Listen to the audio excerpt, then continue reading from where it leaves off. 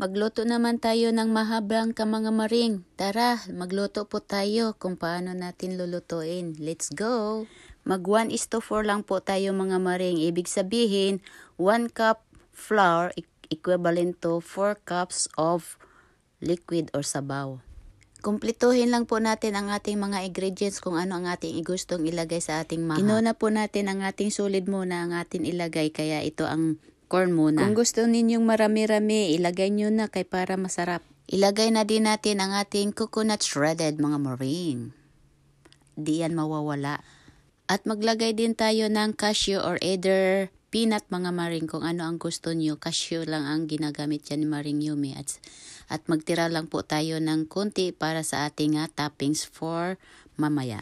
Huwag mo lang siyang maliitin mga maring, okay na yung malaki-laki para pagkainin mo, mayroon kang kakainin. Habang kinakain ang maha. Maliban sa coconut milk maring, mayroon ding nilagay si Maring Yumi na coconut powder para masarap talaga ang ating maha blanca.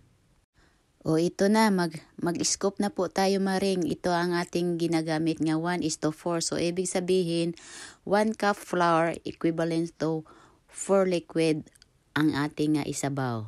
O, bilangin mo muna bago natin dagdagan ang ating liquid mga maring.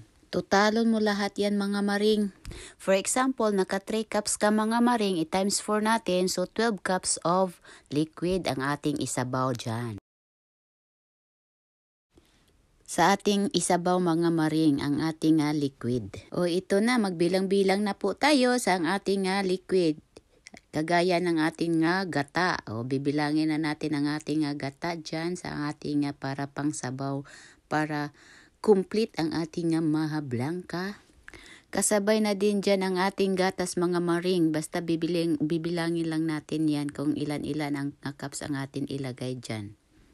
Para naman sa patamis mga maring, depende diyan sa atin kung anong gagamitin natin. Either condensed milk or sugar.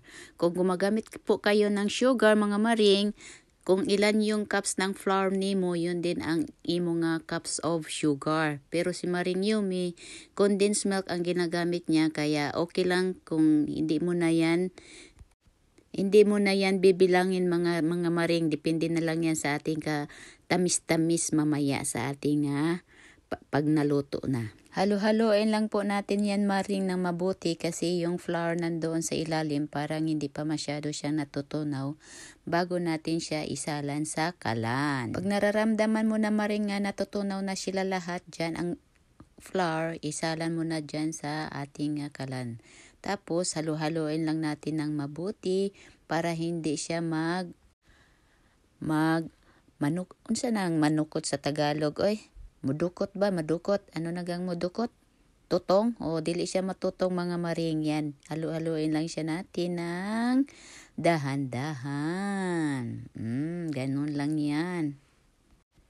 Tapos nagpalit lang din yan si Maring Yumi ng kanyang sandok dyan mga maring kasi yan ang gusto ko sandok stainless. Kasi talagang susub siya doon sa ilalim ng ating kaldero. Para hindi siya magdukot-dukot ba, dukot-dukot.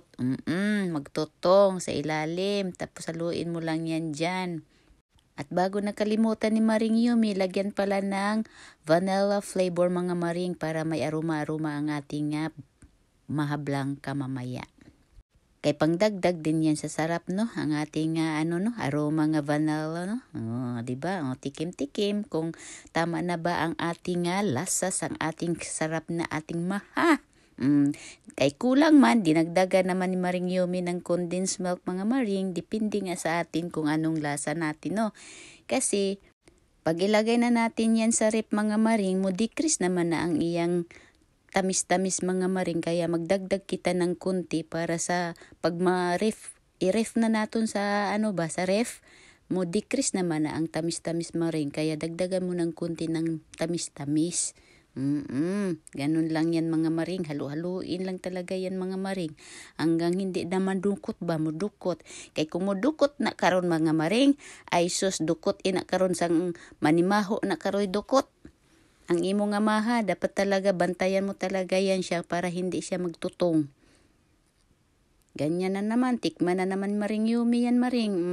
Hanggang mabusog ka na lang talaga dyan sa sige ni mo tikim mga Maring. Oo, ganyan lang buhay natin dito sa kusina. Mabusog na lang kita sa tikim ng ating luto. O ito na, luto ng ating mga Maring. Kompleto na yan, masarap na yan mga Maring. Kasi may pagmamahal na pagluluto yan mga Maring. Kahit hindi ka masyadong marunong magluto, kung may pagmamahal daw ang imo niluluto, masarap na yan mga Maring. So let's go, ilagay na natin sa ating Tupperware. Diyan natin ilagay siya mga Maring. I-shake mo lang yan mga Maring. O, shake, baby, shake.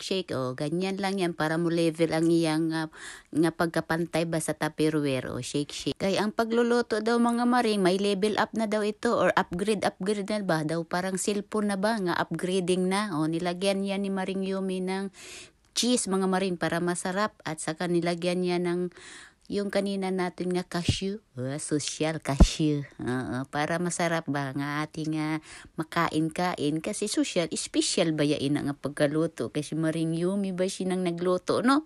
O ganyan na ang ating finished product mga Maring, o diba? O takam-takam kayo no?